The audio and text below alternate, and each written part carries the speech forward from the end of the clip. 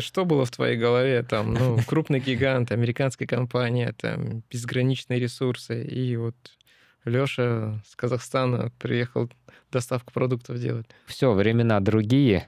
Да, все, возврата к старому не будет. Пользовательские привычки изменились кардинально. Это же страшно. Ну, как бы предпринимательство много романтизма. Любая успешная компания — это настолько сложное сочетание самых разных факторов. Если уж мы зашли как предприниматели строить, ну давайте строить. Отвечая на твой вопрос, повторили бы мы это снова, я думаю, что мы бы повторили.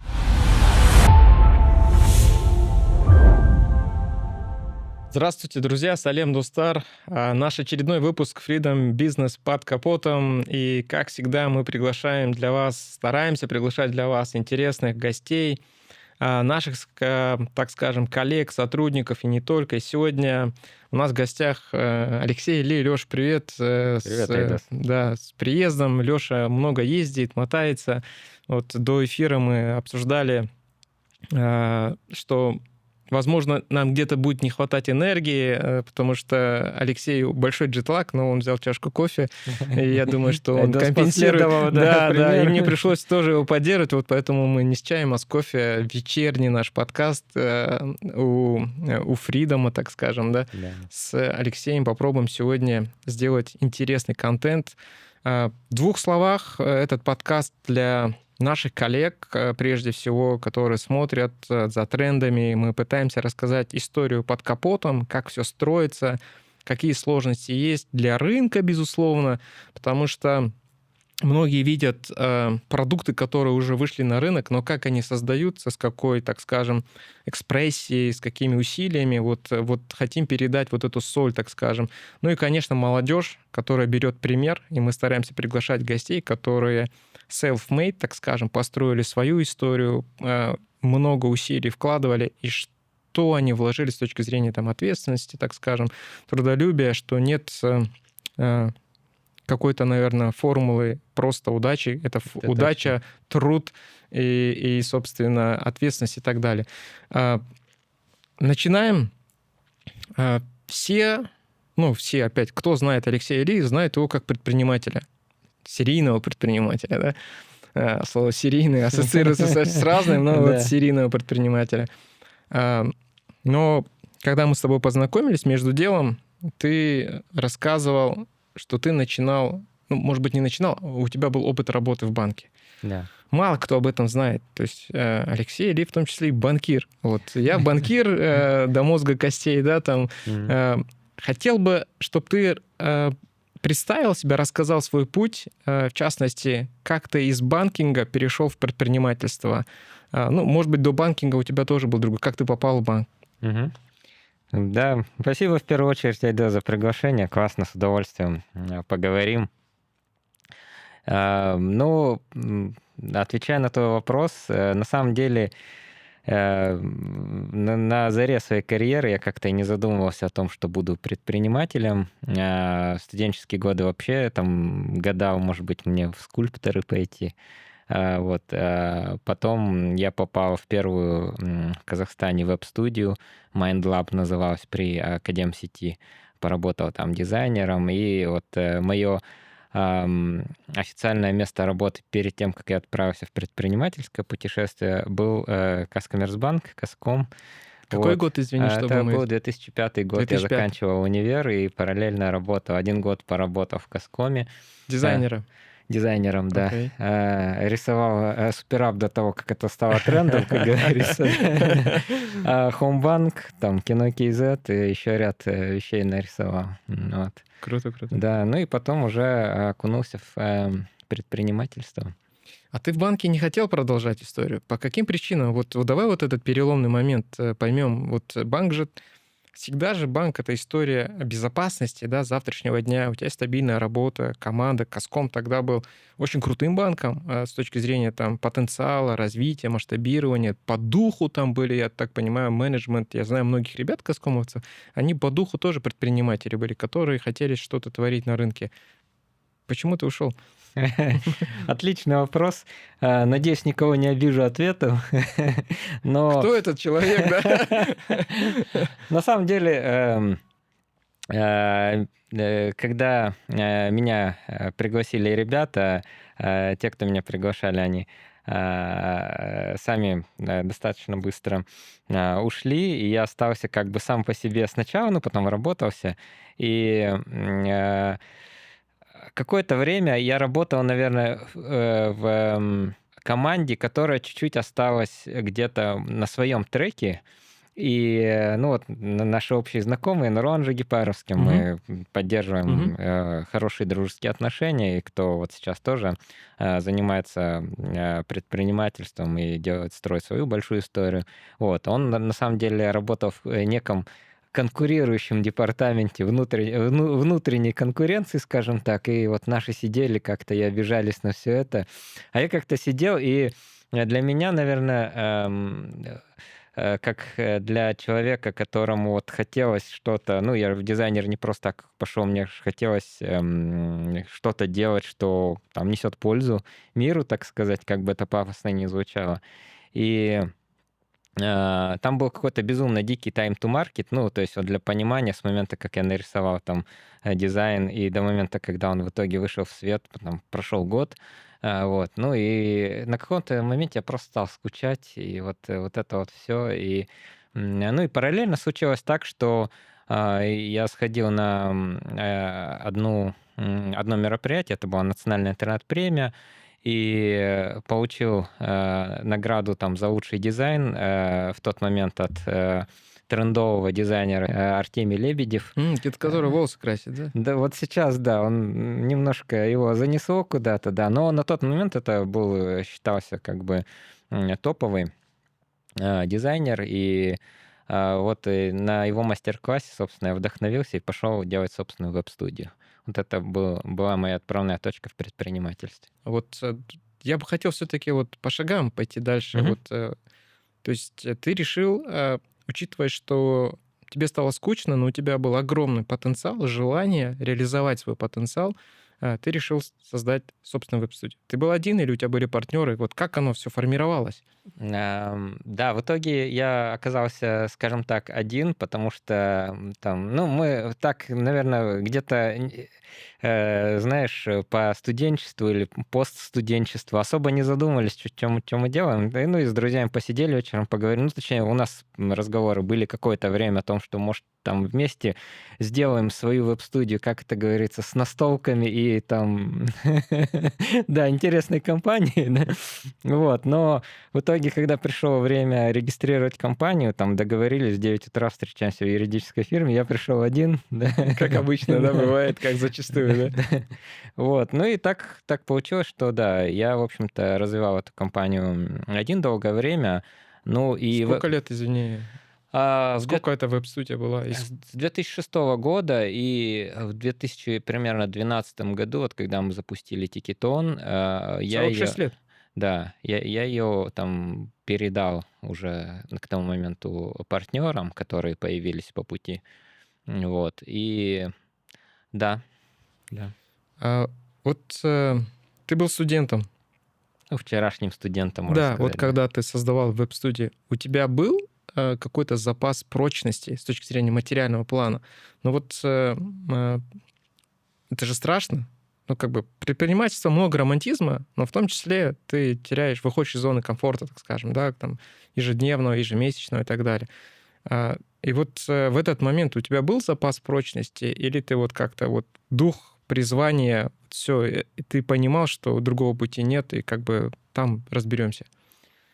Ну, это хороший вопрос. Ты знаешь, я, с одной стороны, из простой семьи, да, и у нас никогда не было там какого-то вот этого налета элитарности, еще чего-то, да. То есть у меня мама экономист, а отец инженер, и там в постсоветские времена там отец в том числе и таксовать приходилось, там и на барахолке нам стоять приходилось, еще что-то. Вот. Но с обратной стороны, что я могу сказать, наверное, что помогло, то, что все-таки родители как-то сумели мне уже вот примерно в эти же годы, наверное, купить однокомнатную квартиру, и как-то вот, может, вот это спокойствие ума, да, о том, что всегда вот есть... Крыша над головой? Да, крыша над головой, и следующие там, не знаю, сколько лет, есть куча энергии, ну, ошибешься, ну, да. Пусть попробуют, да? Да. Ну, то есть родители поддерживали тебя в я считаю, это Никто не говорил, Балам, там, Джумустан Айрласын, Да. там, работу потеряешь и так далее. Как бы вот, иди, ошибайся, пробуй. У тебя была вот возможность. Я считаю, это большой старт на самом деле, потому что, оглядываясь на друзей, да, кому-то вот, ну, особенно когда уже там начали жениться, там, да, и все начали думать, а как, вот надо же обеспечивать съем квартиры, аренду там и так далее. Поэтому, конечно, это там, ну, для всех родителей, для всех будущих родителей, конечно, я считаю, это самый большой подарок, который можно детям дать, да, вот какой-то безопасный старт. Ну вот.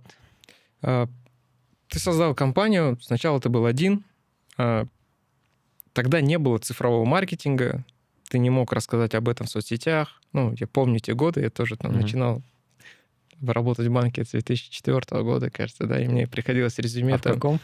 В каком-то. Окей, ладно, не будем. Вот. Я носил резюме по филиалам, по отделению, потому что ни имейла, никуда там у тебя там... Вот ты мог факс отправить, факсануть, мы говорили, да, там, и просто резюме отнести в отдел кадров. Ну, мы особо не понимали тогда, студенты, что там, чем филиал от головного отличается, в филиале оно все умирало. Там обычно ты должен был дойти до головного HR. И помня это, вот ты открыл компанию, зарегистрировал. Где ты находил вот 6 лет этих клиентов? Потому что ты студент, у тебя нет бэкграунда, связей, там, условно, ты там не в 40 вышел в бизнес, так скажем, чтобы у тебя там нетворкинг был, там пару звонков сделал, договора взял и начал там условно саппортить. Где ты их искал? Как бы, ну вот 6 беспрерывных лет работать, ладно, не последние годы, первые 3. Ну, я думаю, что это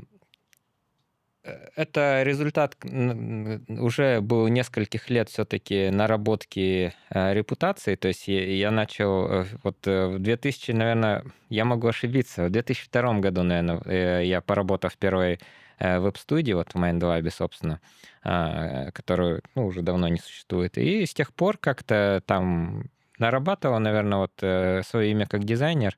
В этом потихонечку заказы ко мне все равно шли. Плюс я ушел из Казкома. Казком по старой памяти тоже заказывал какие-то дизайны у нас. И ну вот так вот. Степ-бай-степ. Да, степ-бай-степ. Когда ты покидал эту веб-студию, сколько людей там было? Или там, не знаю, оборот, там, не знаю.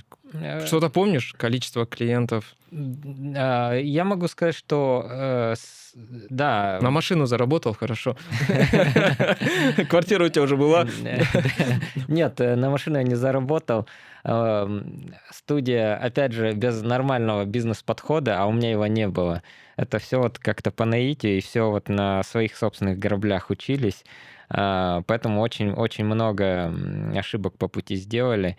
И, наверное, на момент, когда я ее оставлял уже партнером, там было человек 10-12, но для меня вот все эти годы сам по себе транзишн к продуктовым компаниям, он был в том числе потому, что я понимал, что веб-студия, наверное, в том формате, в котором мы ее построили, это больше ремесленничество и самозанятость, чем предпринимательство и построение бизнеса. И какое-то постоянно беличье колесо, из-за которого со временем начинаешь смотреть с завистью на компании, которые вот строят продукт, и он начинает уже работать, жить сам по себе, да, и ты постепенно вот его как строитель достраиваешь и любуешься этим. Вот, поэтому для меня, наверное, вот это было одной из целей последние несколько лет, вот перед тем, как мы уже полностью отстегнули, так сказать, веб-студии и пошли в продуктовые компании.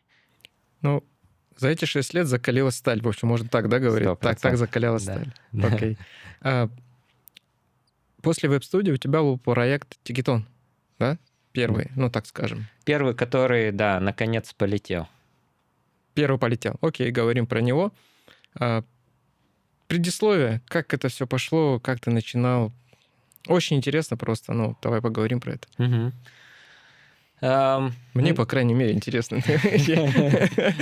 Не, ну я с удовольствием, да, расскажу. Возможно, ты рассказывал много раз об этом. Ну, может быть, ты что-то новое нам, контент выдашь. Ну, на самом деле, да, то есть Тикитон зарождался постепенно, да, с момента, когда я поработал в Коскоме, потом у нас было еще несколько точек касаний вот этой сферы, то есть была какая-то Азиада, вот там приезжали эстонцы, которые пытались запускать билетные сервисы в Казахстане, что-то не летело, и эту тему многие пытались запустить, ни у кого не получалось. Вот. И, собственно, вот в 2012 году, 2011-2012 год мы начали снова пробовать, потому что я уже оставил все эти попытки тоже. Я пытался несколько раз там кого-то подначить, чтобы мы вместе запустили. Вот. А там где-то мою статью прочитал в блоге «Инвестор», на тот момент популярная блог-платформа была YouVision. У меня там был... Помню. Да. Вот, у меня там был пост, почему в Казахстане не случается билетных сервисов. Кто-то нашел, сказал, я сейчас продам свой крузак, инвестирую, короче. Ты такой был, классический инвестор, как у нас, да? Там, через сколько мне вернешь с процентами? Да. Не смарт-инвестор, да? Там. Крутануть деньги нужно было, да, окей. Да, наверное, может, он и смарт, как говорится, стрит-смарт, да. Вот. Но в итоге он не решился тогда, но у меня уже все... Крузак был ближе к сердцу, да? Окей, хорошо. Да, но у меня уже творческая мысль пошла дальше, и поэтому вот одно за другое. Для тебя это был некий сигнал, что все-таки ты можешь найти инвестора. Я так понимаю, тебе нужен был инвестор, продукт, процесс, понимание у тебя было, ты искал инвестора, да? Да. Это был 2012 год. Да. И ты запускаешься. Да. И дальше? Дальше там много интересного происходило, потому что первые инвесторы, в итоге, которых мы все-таки нашли, они тоже оказались классические, и когда дела там пошли не очень, мне, в общем-то, начали аккуратно предъявлять. Вот, после чего я, собственно, и сейчас продолжаю молодых ребят предупреждать, что очень осторожно выбирайте брать надо инвестора. деньги, да. Да, потому что меня, когда ты особенно в тяжелой ситуации, там тебе могут еще сказать, а вот подмахни эту бумажку, под которую мы тебе даем деньги, а потом с этой бумажкой тебе припоминают. Там, да, до счетчика у меня дело не дошло, слава богу, но как бы были намеки, что пора бы возвращать деньги. Вот, были истории, в общем-то, всякие там. Вот, но потихонечку, я думаю, что как-то мы получили что называется, product market fit, и компания хорошо полетела наверх, да. Ты вышел с Тикитона когда? Ну, операционно я вышел в 2015 году. Через 3 года? Да, да. И все эти годы оставался одним из акционеров уже. Сейчас нет?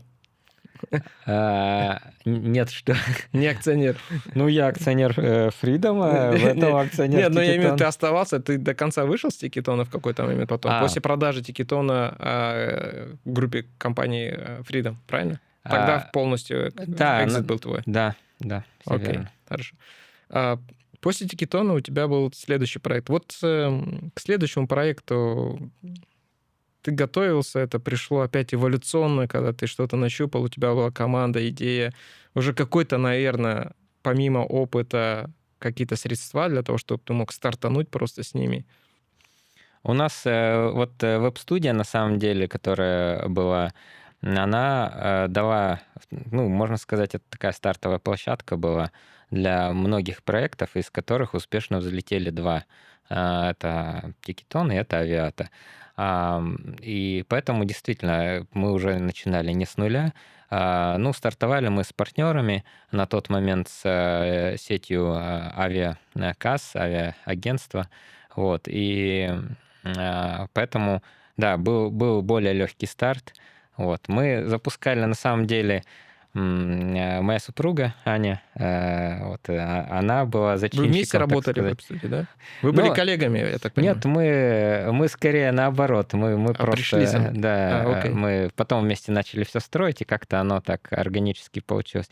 Поэтому она была зачинщиком проекта «Авиаты», название придумала она. Она выходила из декрета и хотела что-то тоже построить. Да, я ей помог, и потом у нас была развилка, где надо было уже выбирать, и Поэтому я подключился, собственно, вот там с 2015 года уже официально вышел из операционки Тикетона и присоединился к Авиате. А вот такой вопрос, наверное, когда Авиата в каком году запустилась? В 2012 запустилась? Ну, она была раньше, я так понимаю, но вот история, так скажем, она стала заметной, это 13-14 год. Вот Тикетон мы запустили в 2012, и Авиату мы запустили в 2013, на год позже, да. На тот момент на рынке были конкуренты. Скажи, пожалуйста, почему у Авиаты получилось, а вот у многих конкурентов не так шибко получилось? С большими возможностями, возможно, с большим трафиком, с другим пакетом акционеров, инвесторов. Но у Авиаты действительно красивая же история была, да? Вот ты какую-то бизнес-модель нащупал, у тебя был лучший UI UX, глубокие интеграции, прямые контракты. Что дало вот ты в такой рыночной конкуренции, чтобы Авиата вот так была лидером и засверкала на рынке Казахстана? Угу. Просто это очень интересно, чтобы вот как ты вот тогда с конкурентами конкурировал? Да. Ну, ты знаешь, мне кажется, это, как вот и Тимур любит говорить, да, любая успешная компания — это настолько сложное сочетание самых разных факторов, что невозможно сказать, что какой-то вот именно один фактор на это повлиял. Мне кажется, это все начиная от названия, которое там вот у Ани до сих пор в блокноте, где там сотни разных названий выписано, вычеркнуто. Вот.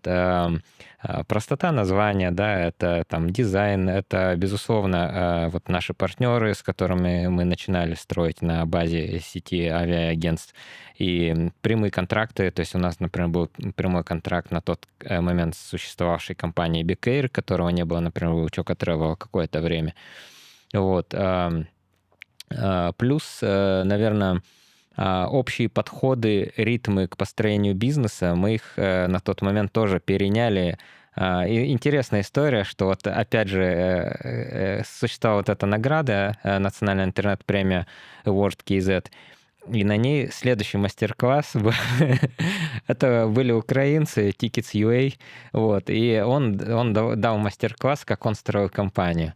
Среди таких вещей было, что, например, вывеска там Tickets.ua висела на Майдане, да, вот, и после этого там вывеска Авиата, она долго висела там вот на Аль-Фараби, да. Что надо строить операционный ритм, в том числе, например, что каждое утро ребята просыпались, они могли с телефона в почте уже увидеть, сколько билетов за сутки продали. И это строить дисциплину, да, вот, что там, как относиться там именно к построению команды и так далее. Вот, и какие-то вот такие моменты мы выслушали, переняли. Вот, наверное, это еще и тайминг. И я думаю, что сам по себе бренд и построение продукта, ну, допустим, вот мы, Авиата и Choco Travel, они же в итоге слились в 2018 году в одну компанию, но у нас всегда было разное позиционирование. То есть Choco Travel самые там дешевые авиабилеты были, Авиата самый классный сервис. Вот, и поэтому Choco Travel долгое время там прятал номер телефона, например, куда-то там, где-то надо было его, в общем, поискать. Потому что как только ты ставишь телефон на главную страницу, у тебя автоматически, не знаю, 1000 звонков в день. Чтобы принять 1000 звонков в день, тебе надо там 20 операторов посадить, да? 20 операторов, ну, соответственно, фонд оплаты труда и так далее. Вот, и мы сказали, нет, мы зато будем оказывать классный сервис. И вот, наверное, вот дальше уже сарафанное радио там и так далее. Вот, ну, то есть очень много интересных факторов, каждый из них сыграл свою роль. Можно сказать, вот я сейчас в процессе разговора понимаю, как одно из твоих преимуществ Тикетона, Авиаты, потом Арбуза, в том числе то, что, ну, так как у тебя бэкграунд дизайнинга, да, там, что UI, UX тоже были твоим преимуществом, ты как владелец, основатель, фаундер всех этих проектов уделял, скорее всего, очень много времени дизайну, процессам, как будет клиент смотреть, какой CGM будет. Ну, я не знаю бэкграунд конкурентов, там, основателей, которые делали это, может быть, ты просто предприниматель, еще какой-то айтишник и так далее. Но вот это тоже активно зароляло на то, что эти 3 больших проекта имели историю успеха, потому что клиентам было более понятно, как ты говоришь, простота, процесс и так далее. был бы у тебя другой опыт, как кто, Джобс говорил, да, там, если бы я не ходил на там, куда-то уроки каллиграфии, да, там, у вас не было бы там таких-то шрифтов и так далее. Вот. Если бы ты не ходил, ты не было бы опыта в веб-студии, в веб-дизайнинге, были бы эти истории? Но, возможно, они бы и были, да, но, конечно, совершенно с другим отношением. Я, безусловно, считаю, что это внесло большую лепту. Я очень большой фанат именно построения классных, эстетически классных продуктов, да, поэтому... Да. Авиата взлетает. Почему ты решил выйти? Я понимаю, там, возможно, пришла хорошая сделка, но все же и в Тикетоне, и в Авиате, и там в Арбузе, что было фактором, чтобы ты выходил? Это хорошее решение к моменту, или ты хотел сделать что-то новое? Как бы вот как ты понимаешь, что следующий импульс, ну, как бы, ну вот не хочется, не знаю. Или у тебя другая цель, другая мечта, и ты просто идешь дальше. Вот расскажи свои выходы, почему ты выходил в тот или иной момент, а не там 20 лет не шел там с Авиатой. Я думаю, как бы и все получалось бы. Ты знаешь, с одной стороны, на каком-то этапе это сочетание серийный предприниматель, оно воспринимается модно. И, возможно, ну, действительно было вот это ощущение, что я могу себя считать серийным предпринимателем. После второй компании, на самом деле, оно заканчивается, потому что, когда ты строишь компанию с нуля, ты понимаешь, что тебе снова надо проходить какие-то детские ошибки, детские болячки именно роста команды. Вот пока ты строишь команду, ее подбираешь, там, пытаешься, да. Вот, и... Кучу денег потеряешь, да? Денег, нервов, там, команды между собой срабатываются, не срабатываются. Ты думаешь, вот мне это надо там в третий, четвертый раз? Наверное, нет. Вот. И поэтому вот это ощущение серийного предпринимательства, оно со временем все-таки тоже проходит. Наверное, здесь, опять же, было сочетание факторов, что с одной стороны, вот много кто подшучивает про чуйку, да, что почему Леша продал Авиату прямо перед пандемией, когда действительно все продажи билетов упали до нуля. И где-то, наверное, это тоже правда. Где-то, я думаю, что в конечном счете-то сейчас Авиата или Freedom Travel себя чувствует хорошо. Поэтому можно ли назвать это чуйкой на самом деле, или надо было потерпеть и не продавать, да? Вот это хороший вопрос, да, хороший там бизнес-кейс, который можно разбирать там в бизнес-школах. И для меня, наверное, это в том числе было где-то спонтанно, где-то там, может быть, усталость от операционки, где-то чуйка, что что-то в авиабизнесе может происходить, потому что в авиабизнесе постоянно что-то происходит. Ну, как вот сейчас там эти события на Ближнем Востоке, да, еще что-то. Постоянно что-то происходит, и ты думаешь, а надо ли на этой пороховой бочке сидеть, да? Сейчас, оглядываясь назад, я понимаю, что простых бизнесов не существует, поэтому если ты хочешь сбежать как бы от бизнеса, потому что он непростой, ты все равно никуда ты не сбежишь. Возвращайся к Аскому. Его же нет. Да, именно так, именно так. Вот, поэтому, наверное, в том числе, возможно, не было старших товарищей, которые могли бы поменторить и сказать, а вот давай посмотрим в перспективе. Да, вот ты смотришь, когда большие истории, которые строят уже вот такие серьезные, что называется, топ-тир венчурные капиталисты, они все равно, когда они менторят своих предпринимателей, они говорят, давай вот посмотрим на других рынках. Вот там начиналось вот так, вот это конечная точка, вот докуда это может вырасти, вот так надо потерпеть, а вот здесь вот так. Да, то есть вот эти ментальные упражнения, их на самом деле, я думаю, что мне не хватало в том числе. Окей. После Авиаты у тебя проект с Арбуз получается. Да. Он был тоже последовательный, или ты какое-то время не работал? Вот ты сделал экзит, ты 100% вышел, да, из Авиаты, или оставался как-то миноритарно там? Какие-то агрименты, соглашения? Там было, да, перекрытие. Мы сделку по Авиате сначала сделали объединение с Choco Travel в 2017 году. Мы ее начали, завершили в 2018. год я посидел в совете директоров, и в 19-м мы продали полностью уже. Рамиль долго уговаривал тебя?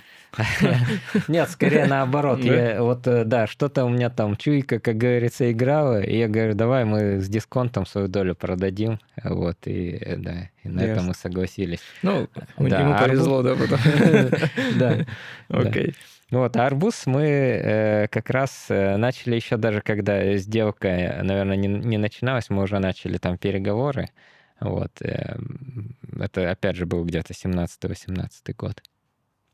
Давай поговорим про арбуз тогда. Вот ты уже в арбузе, и переговоры, ты купил какую-то действующую компанию или как арбуз родился? Да, Арбуз KZ — это была компания, которая с того же 2012 года примерно существовала. Мы просто пересекались с ее основателями или менеджментом на разных конференциях.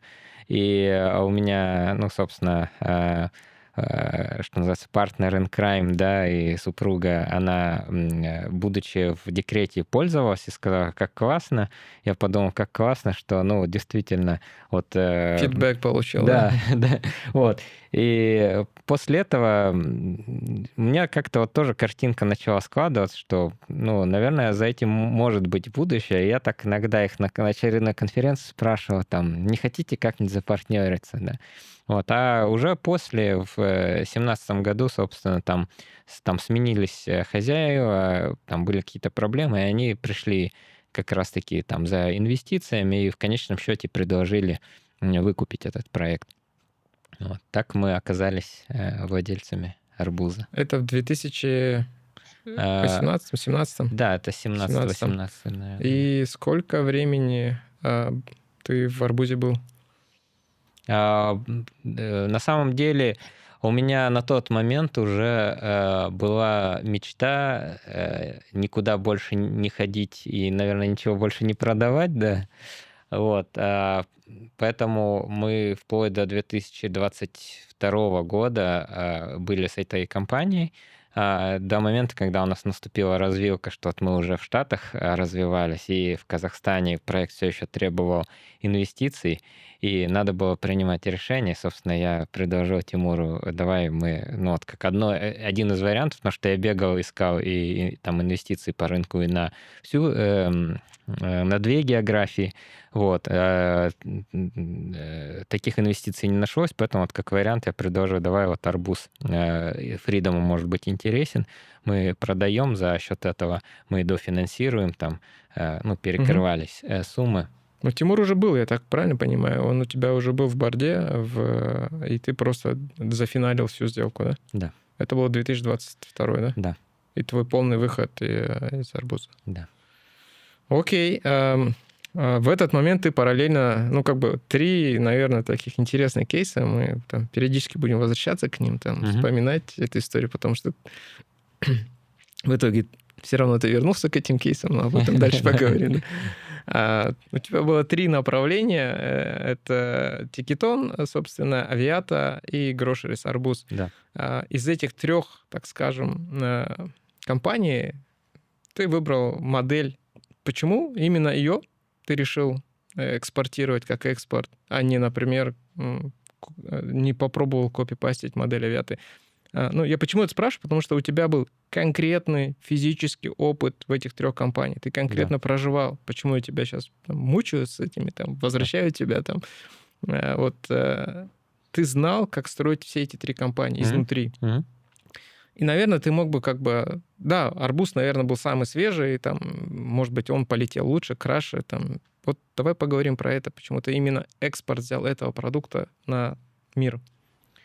Да, это, наверное, результат моих логических рассуждений, которые где-то в итоге, опять же, могут быть ошибочными или оказались где-то частично ошибочными.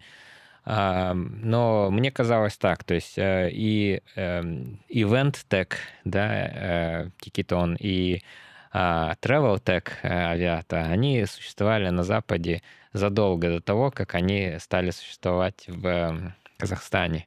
ну, условно, вот Expedia, да, там проект основан там в 2000-х годах, если не в 2000-м, может, даже в 90-х, да. Ты можешь любые цифры, даты говорить, мы все равно не знаем. Да. Ну, примерно... Да, мы живем здесь в своем мыльном пузыре. Я думаю, это примерно эти годы. Booking.com, наверное, такие же годы. Вот, и думаешь, ну и вот мысль была такая, что разрыв настолько большой, и настолько устаканенные рынки, что туда заходить, будучи казахстанской компанией, ну это просто сумасшествие. А другое сумасшествие случилось после пандемии, когда все поняли, что продукты питания с доставкой, оказывается, нужны всем, особенно в такие времена. И эта творческая мысль, так сказать, начала развиваться еще в конце, наверное, 2020 года, начале 2021 года, когда уже вот мы начали подготовку к международной экспансии. И тогда все жили тем, что все, времена другие, да, все, возврата к старому не будет, пользовательские привычки изменились кардинально. И на вот этом хайпе, собственно, много же предпринимателей со всего мира побежали в другие части мира делать e-grocery. То есть турецкий Гетир, германский Гориллас, куча российских предпринимателей поехали в Нью-Йорк запускать. Вот. И мы на этой же волне, ну, собственно, решили тоже запускать, потому что, наверное, вот этот великий уравнитель случился, что обнуление, что вот именно сейчас тайминг, да, не там 20 лет назад. Одинаковая стартовая площадка, условно. Да. Да. И мы посчитали, что у нас уже есть наработки, и поэтому мы выбрали, может, менее очевидную географию, в отличие там, от остальных, кто побежал там в Нью-Йорк, и решили запускаться в Денвере. Вот. Наверное, вот это вот был основной фактор. Amazon не смущал? Смущал, конечно. Как ты планировал с ним конкурировать? Ну вот что было в твоей голове? Там, ну, крупный гигант, американская компания, там, безграничные ресурсы, и вот Лёша с Казахстана приехал доставку продуктов делать. Ну, во-первых, Amazon, да, наверное, в Grocery тоже не так смотрел на тот момент. И, ну, знаешь, где-то это слабоумие, отвага, как говорится, да? Ну, я так понимаю, ты сделал ресерч, ты же вот рассказываешь про, собственно, продажу билетов, продажу там, так скажем, авианаправления, да, там ты же все это анализировал, ну, ты же Amazon, наверное, тоже смотрел, вот. Да. У нас была мысль такая, что Amazon все-таки присутствует в больших городах, и они до конца сами тоже не решили, как им заходить в этот сегмент, потому что они на тот момент плюс-минус только поглотили Whole Foods, это офлайновая сеть супермаркетов. Они не знали, продавать ли из Whole Foods, а это вообще премиальный сегмент, или строить Amazon Fresh. Amazon Fresh — это что, онлайн или офлайн, двухчасовая доставка или двухчасовая, присутствие там только в крупных городах. И была мысль, что вот наш тезис города среднего масштаба размера Алматы, которых в Штатах там штук 30, вот, можно попробовать покрыть их с моделью, которую можно быстро копипастить, да, из города в город. А дальше, ну, как говорится, надо ввязаться в битву, да, а там дальше кривая куда-нибудь выведет. Вот. Прежде чем закрыть бизнес, были ли у тебя в процессе инвестора, партнеры, которые хотели бы зайти и выкупить? Ну, то есть вот эти точки сожаления, когда надо было условно там сказать, ну, я мог бы выйти там в какой-то момент, или ты мог бы продать, ну, у тебя все равно инфраструктура была, ты же вложил не просто в маркетинг, да, ты построил инфраструктуру, логистику построил, штат у тебя были, там, экспертиза. Мог бы ты продать его, ну, или, возможно, ты продал кому-то, передал. Вот как твой выход был? На самом деле нет, никому не продал и не передал. То есть сама по себе ветка, в которую мы в итоге зашли, она оказалась тупиковой именно потому, что операционные косты были слишком высокими, и их никак нельзя было приземлить.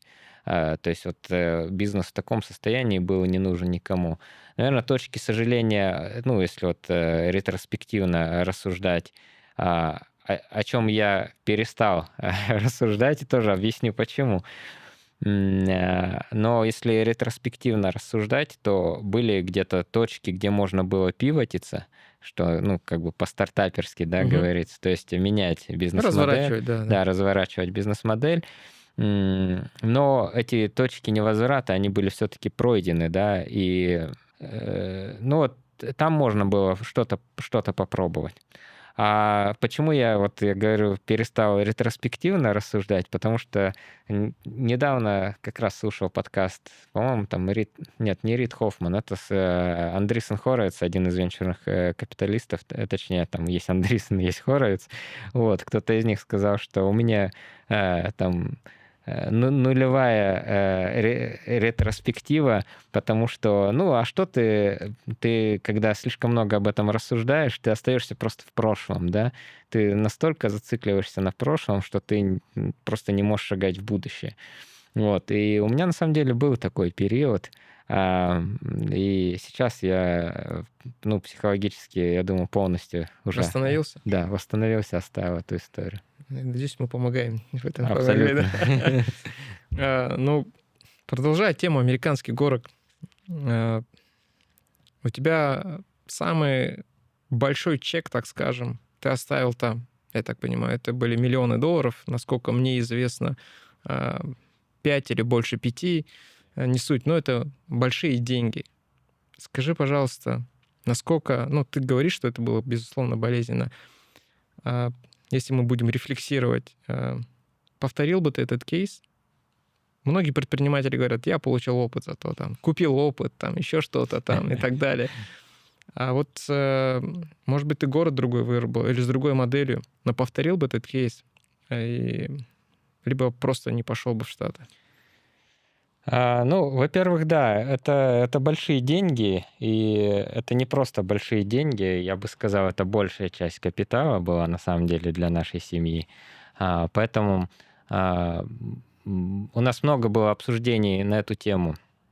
И мы, в общем-то, к этому отнеслись, я бы сказал, с легкой душой в итоге, да, потому что когда я там обсуждал с другими предпринимателями, некоторые говорят, я бы вообще этого не пережил.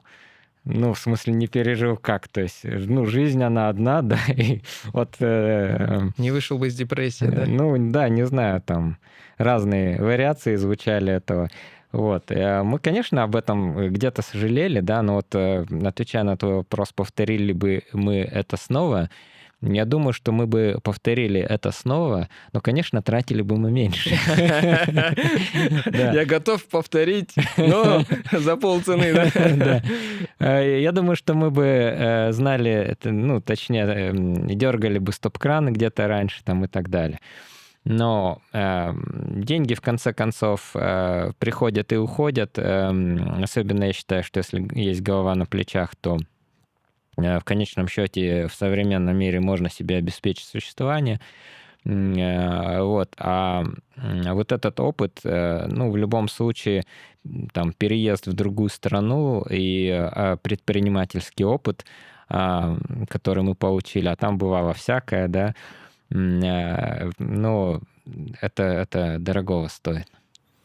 Ну, ты сейчас живешь на 2 страны, как такой, наверное, бонус того, что ты осел в Штатах. Ну, семья, так скажем, да, детям комфортно, супруге комфортно, быт уже там появился. И в перспективе, ну, мы как бы, вот если Freedom историю там понятно, мы про нее поговорим, учитывая географию, все-таки ты планируешь что-то еще попробовать в Штатах? Да. Ты все-таки добьешь эту историю, да, в какой-то момент, я так понимаю, не отпустишь, да? Да. Ну, я считаю, что все должно быть не зря. И как, опять же, возвращаясь к Стиву Джобсу, да, он же говорил, что ты не можешь соединить точки, глядя как бы в будущее, но в конечном счете они, там, оглядываясь в прошлое, ты понимаешь, что они там соединяются, да. Вот, поэтому где-то все вещи, они имеют накопительный эффект, и наш запуск в Штатах, и там закрытие в Штатах — это тот опыт, который там расставляет определенные точки. Мы в итоге же перебрались из Колорадо в Калифорнию, в Кремниевую долину, и потихонечку это все равно тоже строит какую-то основу того, что там может и нам, как Фридому, да, позволит запускаться в Штатах в будущем. Потому что там, ну, никогда не знаешь, там же это, ну, как и любое место имеет свою магию, свой нетворк. Мы там сейчас даже дом снимаем, мы снимаем у венчурного капиталиста, который занимается, например, иншуртеком. Ты на стене питчинг напиши ему сразу, чтобы он без вариантов прочитал его, да? Да. Вот, поэтому, ну, и мне кажется, с учетом амбиций Фридома, международных амбиций Фридома, вот мне кажется, это все должно сойтись в одной точке. Хороший ответ. Ну, раз мы перешли на зону Фридома, так скажем, на площадку Фридома, давай тогда вот этот транзит, как бы, как ты оказался во Фридоме, и вот в истории лайфстайла расскажем нашим зрителям, Да, с удовольствием. Как так произошло. Ну, вот это был тяжелый транзишн как раз, где я, с одной стороны, вот пока у нас был период, когда мы гадали, что нам делать с PineMelon, мы там обстучали все двери и так далее, да, чтобы поднять деньги, возможно, нам хватило, мы так считали, хватило бы денег взлететь, потом мы уже так не считали. И здесь где-то я понимал, что компанию надо, наверное, как-то уже приземлять, либо искать покупателей, либо еще что-то. Но для того, чтобы это сделать нормально, достойно и без какого-то громкого схлопывания, нам нужны были все-таки еще финансы.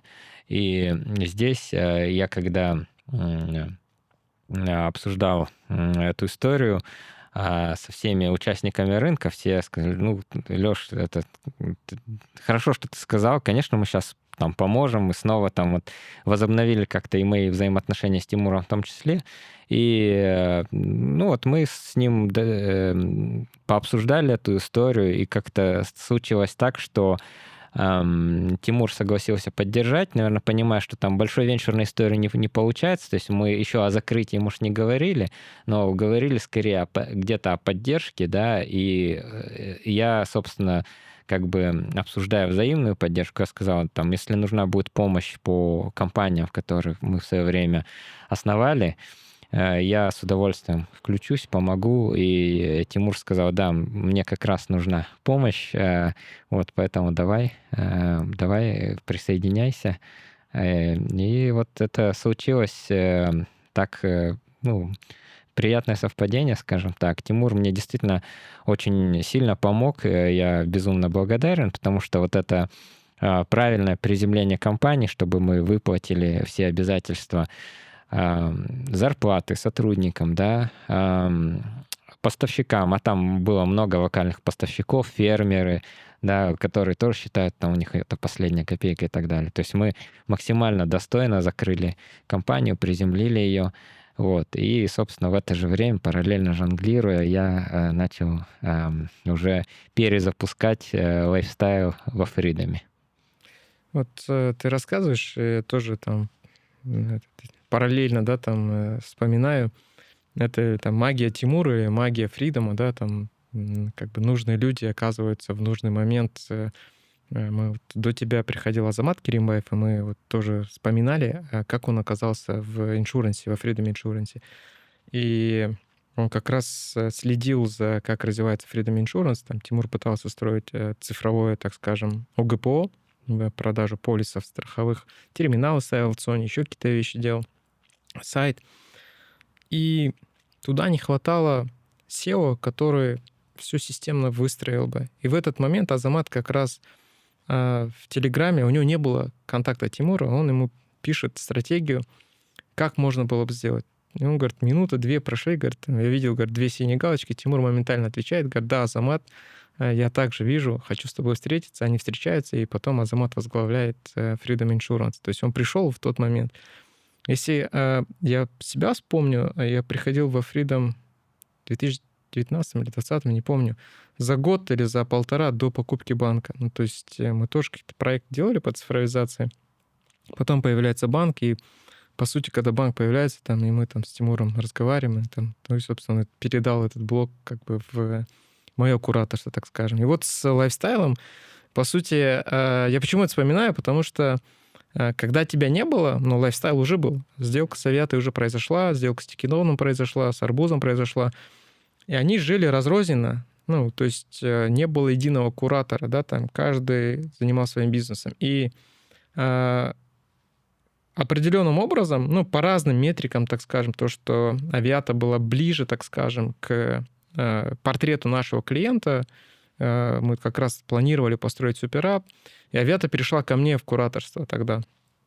Но все равно я банкир, финансист, а это лайфстайл, ну, не знаю, там 3% моего времени хватало, наверное, чтобы что-то пытаться помочь как-то вот с коллегами. Я там один раз в офисе был, наверное, вот, и у меня не хватало времени. Когда вот мне сказали, там, Леша придет, вот как раз там я действительно обрадовался, что вот будет куратор, который будет уделять время, и он возглавит вот эту историю лайфстайлов. Поэтому все, как говорится, к месту, да? Твой приход, я вот до передачи сказал, там есть несколько смелых решений, которые мне очень сильно импонировали, понравились. Лайфстайлам не хватало смелых решений. Отказаться от старого легаси, отказаться от старых стандартов, отказаться от того, что так было всегда. Страхи, процесс принятия решений и так далее. И моя же боль в чем была? Компаний же много, 30 было уже в тот момент. Тимур там так активно на рынке пошопился, так скажем, да, там. Мы не успевали там за его транзакциями. Да. Но помимо того, что они жили разрозненно, стендалон со своими, так скажем, бизнес-процессами, аппликейшенами, они еще исторически жили в разных банках, пользовались разными услугами, да, там. И мне как банку, конечно, было некомфортно, потому что у тебя вот, так скажем, в семье Freedom есть финансовая организация, но твои, так скажем, братья-сестринские компании пользуются услугами других организаций. Я вот всегда... Понятно, что твое качество услуг должно соответствовать, ну, чтобы ты мог конкурировать, сказать, чтобы не было арбитража. А там лучше, там краше, там выше и так далее. Можно насильно всю эту историю загнать, сказать, вот все, понятийно, вот такой нарратив, все, вы не должны налево-направо смотреть. И мы действительно несколько лет вообще не переливали трафик, потому что мы сами были не готовы. Инфраструктурно не были готовы, системно, продуктово не были готовы. Потом запустился суперап, мы выстроили процессы, как бы жизнь наладилась, Freedom начал расти.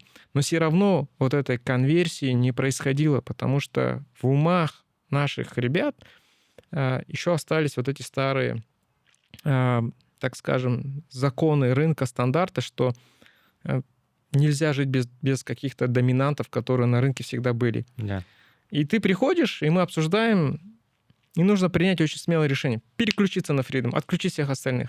Страшно, но, наверное, там трафик упадет, бизнес начнет как-то вот меньше продаж, потому что KPI же SEO-компании завязаны на показателях определенных.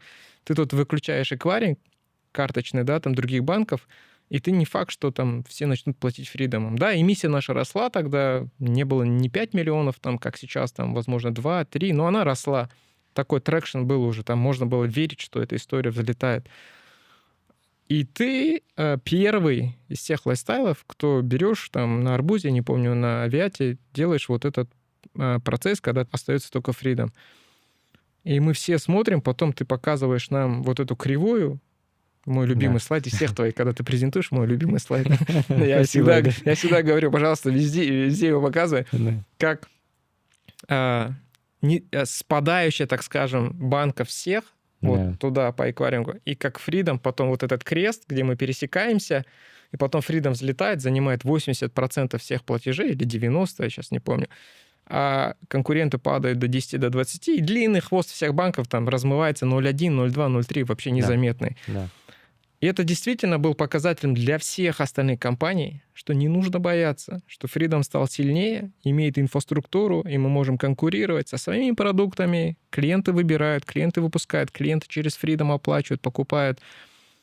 Вот про этот процесс принятия решения я бы хотел еще раз его подсветить, чтобы ты рассказал. И как ты принял, это было волевое решение. Так, ребят, я сказал, все делаем. Или все-таки как ты донес, потому что потом ты переключил Тикетон, Авиату, и потом все остальные начали после тебя переключаться. Ну, слушай, это... Длинная подводка была, но это важно было проговорить, прочувствовать. Это важно, да, потому что на самом деле вот эта кривая, это действительно люди... Кто-то сейчас начинает считать, что это просто естественные перетоки, и оно бы случилось само собой. Не согласен. Нет, я не согласен. Потому что недавно мы же вот один из нововливающихся проектов посмотрели, разбив. Смотришь, там доля Freedom Card 10%, всех остальных там 90%. Ну, не делай это, да. То есть само... И вот я говорю, что кто-то считал, это в том числе внутри команды остался где-то консенсус, что что-то там Лёша пришел, шашкой помахал, а оно бы случилось и само собой. И, собственно, вот этот график я недавно ребятам показал, сказал, само собой не случается, да. Где-то это и было волевое решение. Но по волевым решениям мы тоже пришли к этому не сразу. То есть вначале это, когда во Freedom зашел, то есть начал очень демократичненько где-то намекать, где-то советовать, рекомендовать. И, как оказалось, это все-таки не работает. Да, потому что я это делал много раз до твоего прихода. Демократично, да. А потом, вот как ты, наверное, помнишь, Тимур с Леной нас, когда пригласили, вот мы там долго общались. Я помню этот день, вечер, ужин, да? Да. И, собственно, вот Лена спросила, а что вот, как так магически айдос удалось перезапустить банк? И одна из вещей, которую ты сказала, ну, я просто ребят каждый день собираю там в 5 часов вечера, да, на какие-то 5-минутки, и мы все в одном ритме начинаем жить и в одном информационном пространстве. И я почитал еще в этот момент книга интересная, Team of Teams называется, «Команда команд». Как, то есть вот не разрозненные команды, а как их соединить в такую надкоманду, да, при этом оставить правильную децентрализацию. Это все, оно свелось к тому, что в итоге мы поставили звонки также каждый день. Все, давайте, ребята, обсуждаем, давайте мы переключаем. Да, страшно, ну, будем мониторить, если там у нас полностью упадет бизнес, но откатим назад, да. Вот, но давайте не жить какими-то теориями, а давайте все это делать на практике, да, и вот через разговоры, через объяснения мы там где-то объясняли, что да, доля может упасть, но для нас сейчас важнее начать шагать все вместе в одну сторону и в построение экосистемы, чем переживать за то, что у тебя там чуть-чуть упадет топ-лайн там, да, где-то в PNL. Вот, и объяснения всем все равно не помогли, кто-то остался скептиком, часть скептиков в итоге поуходила. Вот. Но вот этот вот процесс слияния от набора разрозненных компаний вот в какую-то единую силу, это вот, ну, в частности, благодаря твоему совету в том числе. Ну, да, наверное, вот здесь вот переключение, вот это вот была мысль Тимура про то, что пользоваться собственными сервисами нам, как уже группе компаний, у которых очень много разных сервисов есть внутри, а мы все еще смотрим, так сказать, налево и бегаем к конкурентам, мы не можем себе строить объяснение, что мы пользуемся там конкурирующими сервисами, потому что они где-то лучше и так далее. Потому что до тех пор, пока мы не начнем пользоваться внутренними, мы не начнем уделять внимание тому, чтобы они стали лучше, чем конкурирующие. Вот это было тоже важное добавление. И, наверное, еще один момент здесь, это про тоже культуру, которая... Ну, культура, наверное, это корпоративная культура, это то, что строится постепенно и постоянно. И вот элемент, который я заметил на той фазе, был, что когда вот переключение внутренних, иногда ребята вроде бы и на внутренние сервисы не переключаются, потому что они не до конца совершенные, но и вытащить это наружу на акционера, это вроде бы, ну, типа нехорошо, это типа нож в спину и так далее, да. Но если так порассуждать, и это всю жизнь, ну, там, последние 20 лет занимался предпринимательством, ну, у меня сразу, как бы, я вижу проблему, и для Надо меня... решать ее, да, для меня важнее акционерная стоимость Freedom, потому что если уж мы зашли как предприниматели строить, ну, давайте строить. Поэтому там кто-то кого-то прикрывает, вот эти вот все истории давайте отставим, и давайте вместе сосредоточимся не на том, кто виноват, а как решать эти проблемы. Давайте больше будем обсуждать вот эти вот вещи. И мне кажется, вот это сильно помогло тоже нам.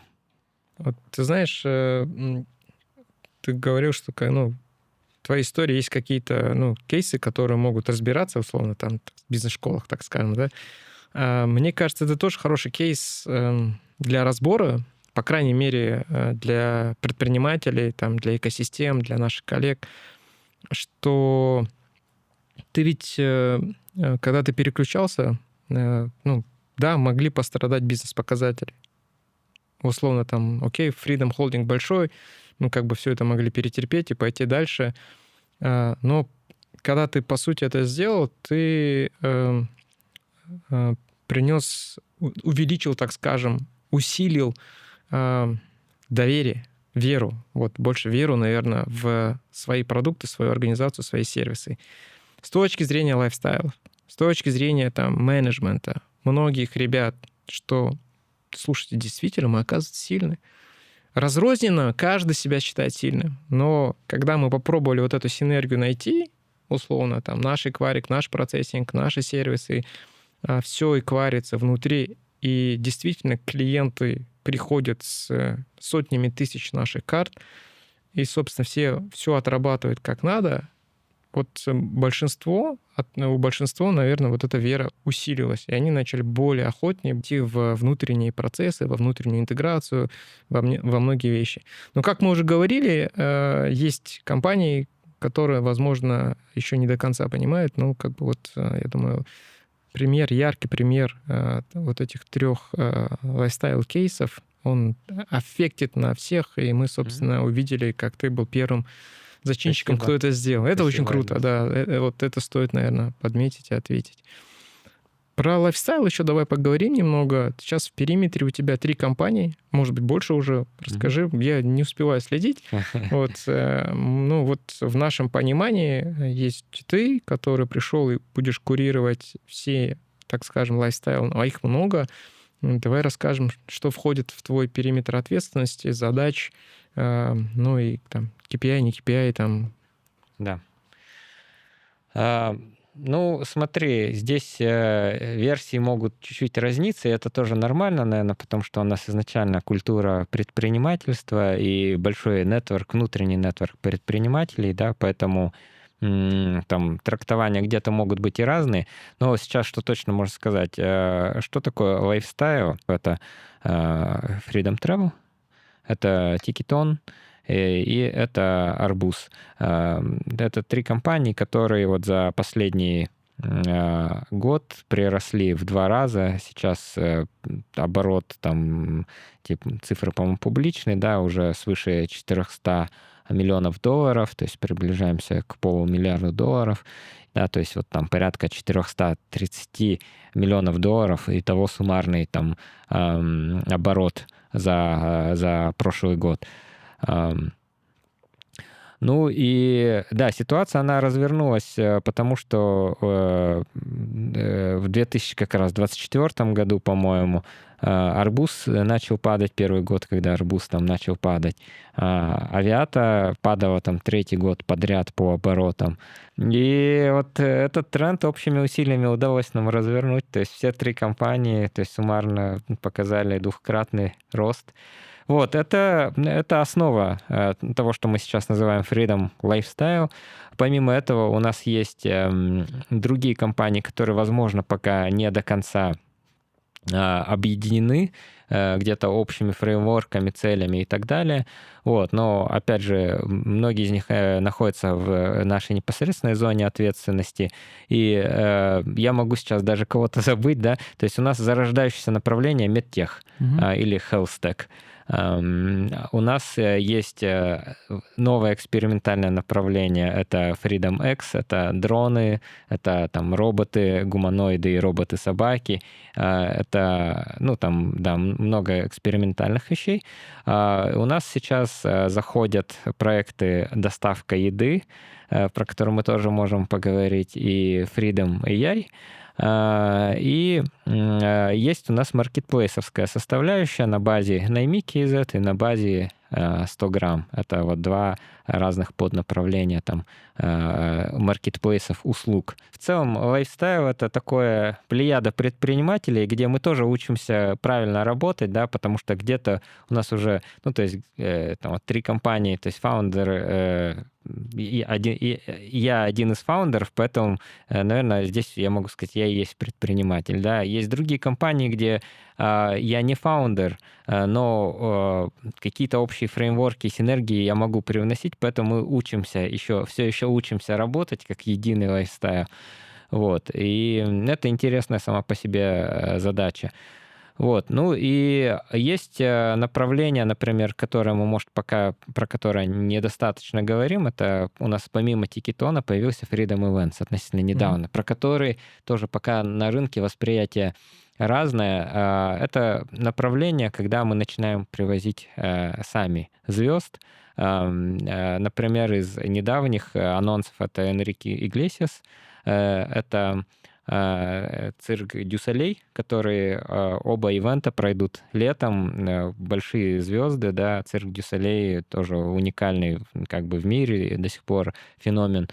Вот, и это направление, почему оно пока на рынке тоже не до конца понято, потому что вот после ажиотажа прошлого года все пытаются привести своих звезд, ставки растут, все какие-то накручивают безумные там спонсорские пакеты и так далее, но мы пытаемся здесь заместить вот недостающее звено на рынке, что все-таки не всех звезд все могут там старые организаторы осилить, поэтому мы здесь где-то помогаем рынку, при этом стараемся не конкурировать все-таки с рынком тоже, потому что у нас есть Тикетон, который и должен оставаться де-факто площадкой, где продаются все звезды. Мы рады любым организаторам, и Тикетон в данном случае соблюдает этот баланс интересов и не вступает там в конфликт интересов. Events существует отдельно, между ними есть информационная стена, которая, ну, должна оставаться.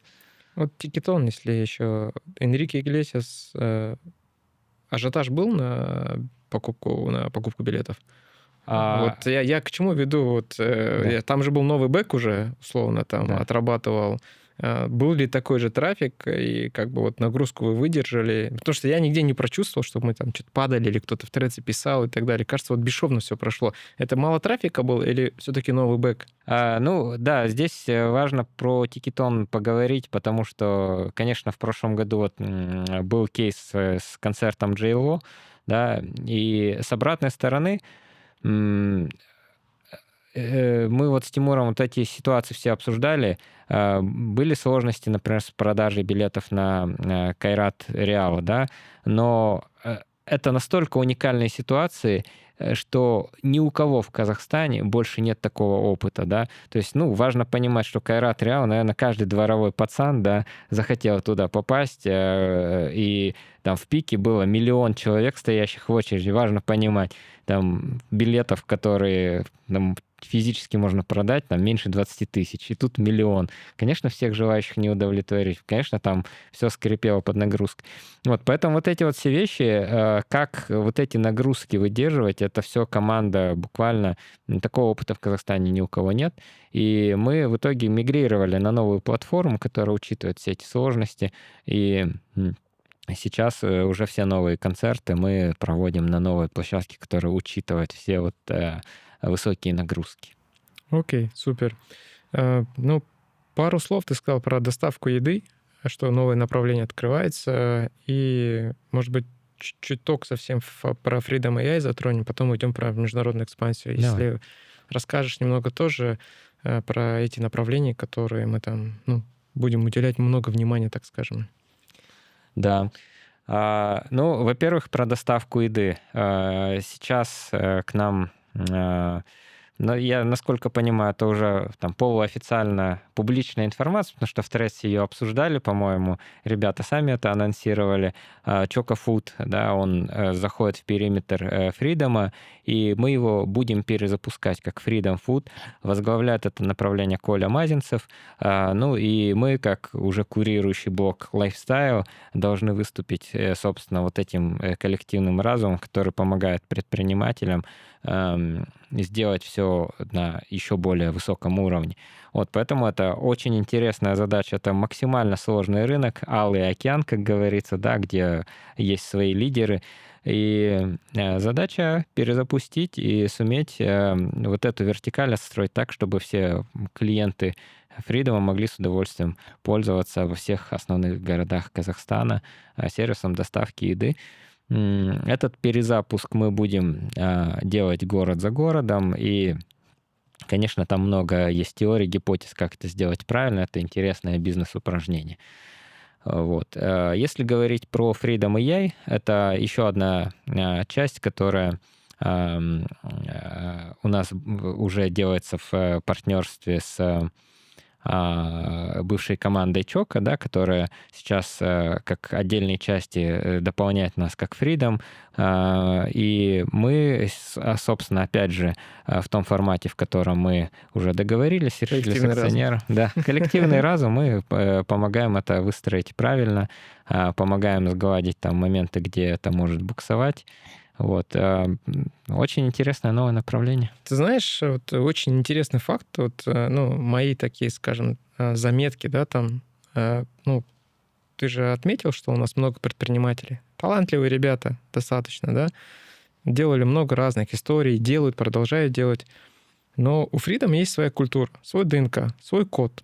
Да, там как бы доминируют финансовые организации, понятно, исторические, там, брокеридж, банк, там, иншуранс, лайф, там, и ряд других финансов, и лайфстайлы приходят. И вот в этом зонтике, когда ты приходишь, как компания, да, там происходит сделка, у Тимура же, в принципе, демократизация, так скажем, условий, да, там они предпринимательски продолжают штормить, дизраптить рынок, кейсить, но в любом случае синергия, она важная штука.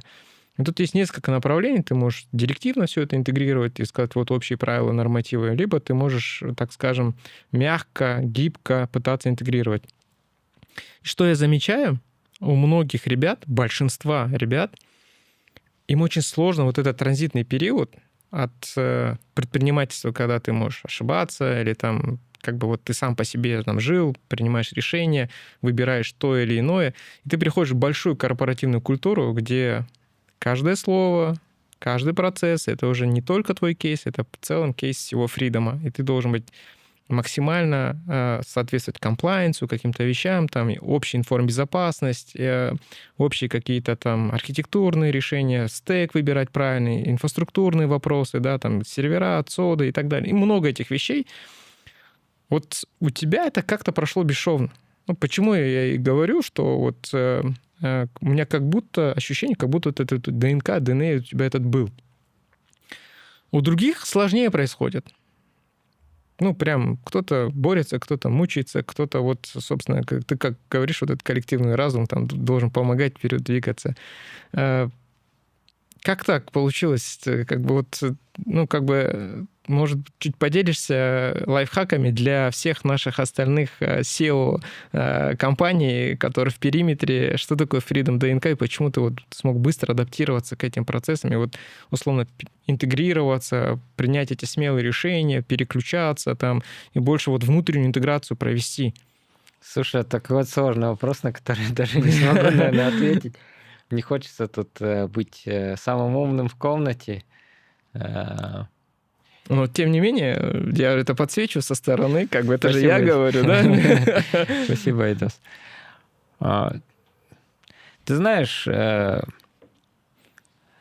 Ну, вот, помогу давай тебе. Давай. Ты понимаешь же, что сила синергии? Ну, как бы можно копать одному, ты, возможно, дальше прокопаешь один самостоятельно. Я все сам знаю, все сам сделаю отдельно. Но прокопаешь один, но путь твой как бы понятен, да, как стендалон. А когда мы копаем все вместе, мы можем быть медленнее, но мы вот в длинную дистанцию идем, да, ты можешь быть быстрым, но недалеко докопаешь. А когда ты вместе копаешь, ты длиннее, ну, медленнее, но точно правильно идешь, потому что у нас есть синергия. И сила экосистемы — это в синергии. Помнишь этот самолет, который я показывал на директорате, да, там, когда у нас достаточно много топлива с точки зрения кэшбэков, там, не знаю, нашего, там, не знаю, запасов прочности, капитала и так далее. Но мы никогда не взлетели бы набрав высоту в 5 миллионов сейчас, а потом 8-9, выйти на крейсерскую скорость, если вот эти потоки ветров, воздуха, так скажем, там верхний, нижний поток, вот, который самолет дает вот эту силу, да, которую подъем, вот эта экосистема, которая как ветер, как воздух нам дала вот эту подъемную силу, и мы, собственно, пошли вверх. Вот ты же это увидел, ну, как бы ты же не приходил и не говорил там, я авиату сделаю лучше, стендалон, Тимур, как бы дай мне карт-бланш, я там построю лучший там в Казахстане там авиа, там, не знаю, мобильный ап там, или там, не знаю, Тикетмастер или еще что-то. Вот у тебя как бы вот нарратив был такой сразу, да, ребят, давайте, мы там видим синергию, видим комплементарность, видим эффект, 1 + 1 там будет 11, а не 2.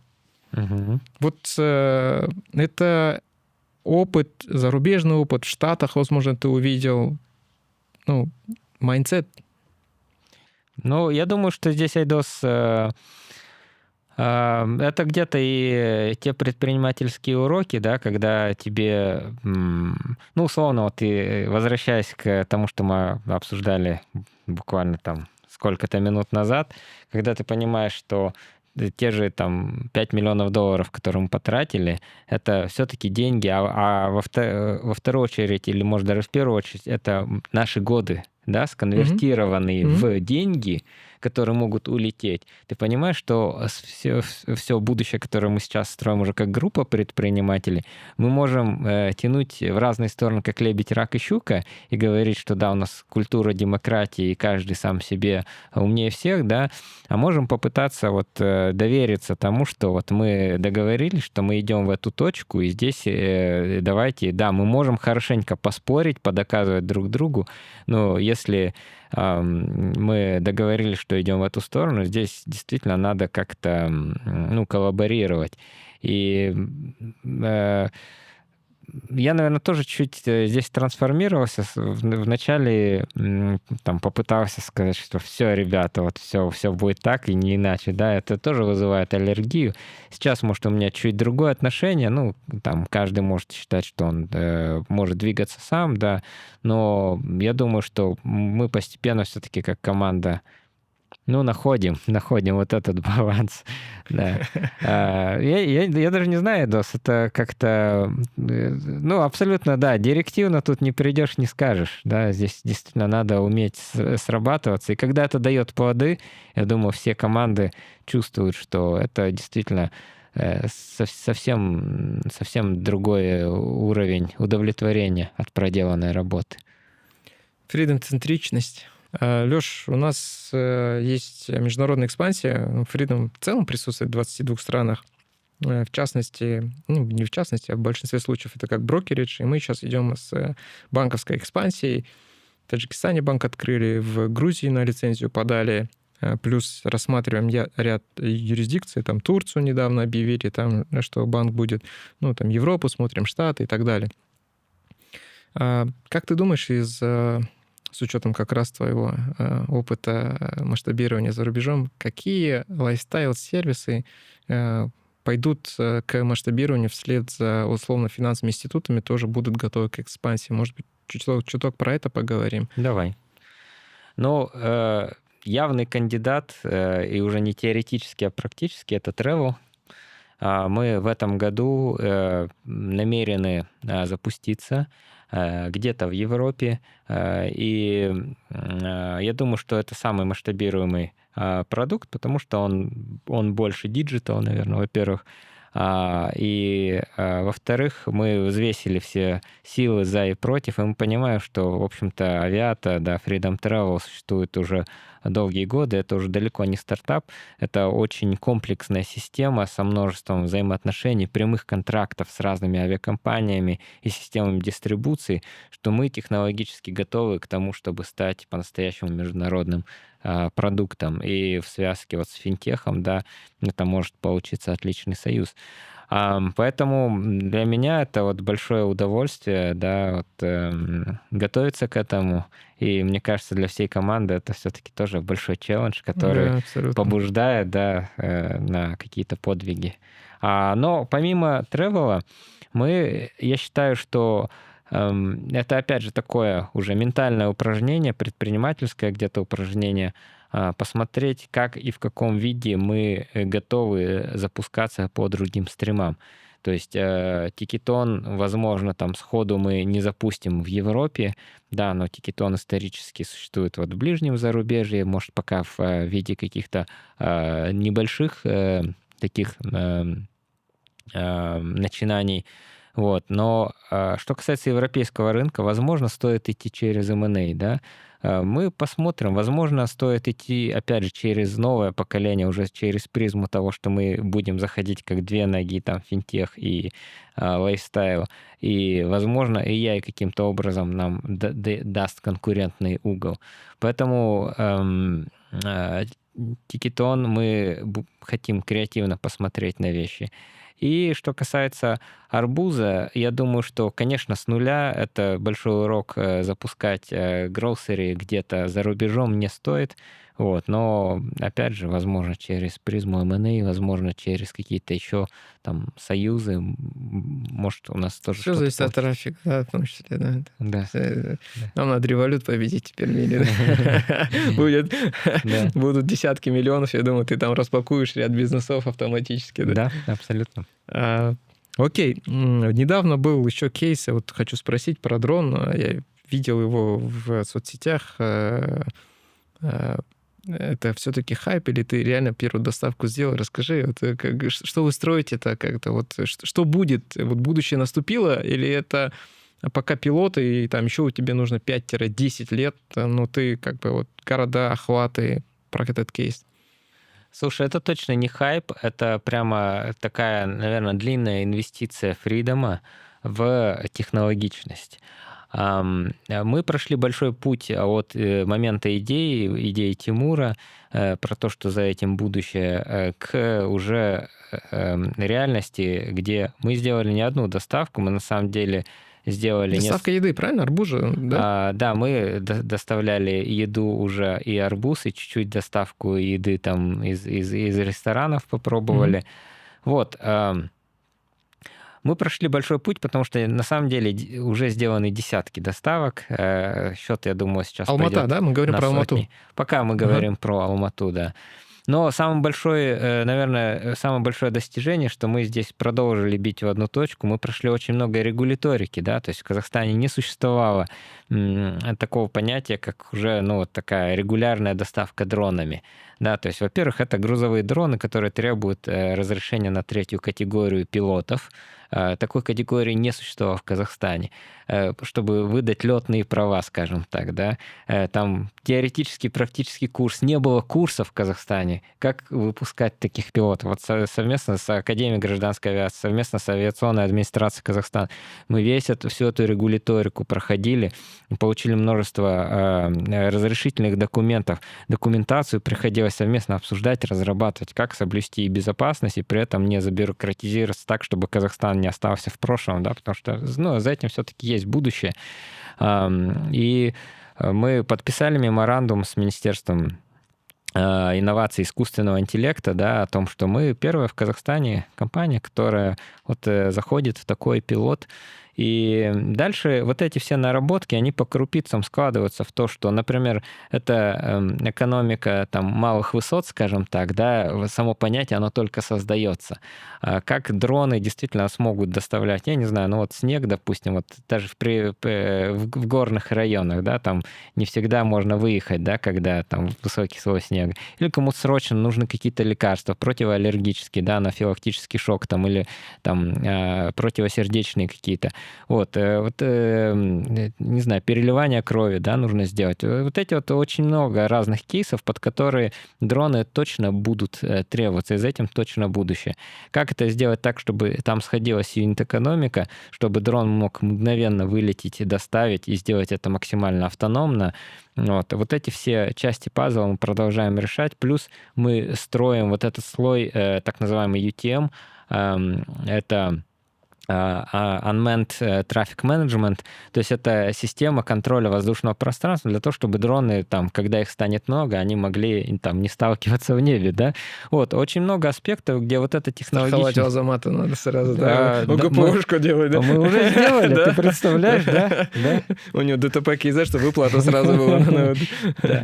Поэтому вот все эти интересные вещи, мы первые в Казахстане, кто всю эту инфраструктуру строит. Слушай, а можем доставить карту и посттерминал? Может быть, мы запилотируем, вот пока ты здесь, в Алмате, давай доставим банковскую карту, и либо наш посттерминал, выберем адрес. Это, я так понимаю, это же минуты условно, да, там, ну, Да. Вот, по городу. Да, Давай сделаем. Давай. И мы же доставляем, у нас много доставки. Если мы понимаем, что это быстрее, дешевле, ну, как бы вот готовы в твоем эксперименте, пилоте поучаствовать очень активно. Договорились. Да, как по земле, так и по воздуху. Да.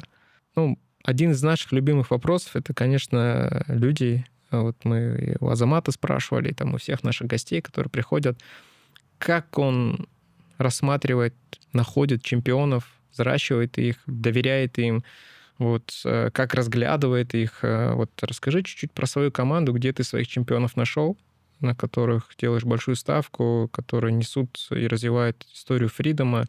Вот, потому что мы всегда везде говорим, что Казахстан — страна талантов, возможностей. Про таланты чуть-чуть. Да, с удовольствием. На самом деле это важнейшая составляющая. Это как в марафоне важен не результат, а важна система тренировок. Да? Здесь точно так же. Команда — это самое важное, а там какие-то уже бизнес-победы — это результат. Вот, поэтому мы ее продолжаем строить. И где-то мы ищем команду, а где-то команда находит нас. И я думаю, что новые ребята, которые к нам присоединяются, они присоединяются в том числе и на большие цели. И они присоединяются, наверное, на вот эту вот нашу внутреннюю веру и энергию в то, что мы вместе можем построить что-то новое для Казахстана на новом уровне. И вот здесь, наверное, новый угол, который мы сейчас разыгрываем, это то, что AI, про который, может, уже там все набили оскомину, но интересное упражнение, вот, которое сейчас появляется в статьях, почему AI дает рост индивидуальной продуктивности, там, условно, в 10 раз, а организаций пока нет. Да, то есть все могут вайп-кодить, но в конечном счете это не дает там скорость выпуска продукта в 10 раз быстрее. Кладбище кода создавать, мы все мастера, да? Абсолютно. Вот, и мы сейчас проделываем упражнение, как нам на уровне организации стать AI-native организацией. И это супер интересная задача, в которую вот мы сейчас вовлекаем всех ребят, и мне кажется, это может дать огромный буст и нам, как фридому, да. Здесь уникальный угол в том, что мы, с одной стороны, готовы строить вот эту культуру стартапа, а с другой стороны, мы, как фридом, действительно, мы листингованы на бирже, и мы уже единорог, да, и тот потенциал, который мы сейчас можем реализовать, то есть почему у нас в голове, что там компания там должна стоить, я не знаю, 10 миллиардов, ну, то есть это примерно та оценка, которая есть сейчас, да, почему не 100? Вот, а давайте подумаем о том, как сделать 100. Это же интересное бизнес-упражнение. Мне кажется, вот и опять же, капитализация будет результатом наших достижений. Поэтому вот самое главное для команды, мне кажется, вот это. Ну что, друзья, вот на этой ноте про команду, про важную составляющую нашего бизнеса, нашей истории, я попробую завершить нашу передачу. Мне кажется, было очень круто, шибко интересно. Проговорили, так скажем, на одном дыхании. Вот. И важный посыл, наверное, что во фридоме простые ребята, талантливые, кто хочет что-то построить, что-то изменить, рынок, подходы, процессы, мы всегда открыты как в банке, так и в лайфстайле. Неважно, это вот один зонтик, одна группа компаний. Здесь достаточно простые ребята, которые всегда будут готовы делиться как опытом, экспертизой, помогать, взращивать. Поэтому мы ждем наших чемпионов. Вот. Спасибо, Лёш, что пришел, спасибо поделился большое, своей историей. Спасибо за приглашение, с удовольствием поговорил. Спасибо большое.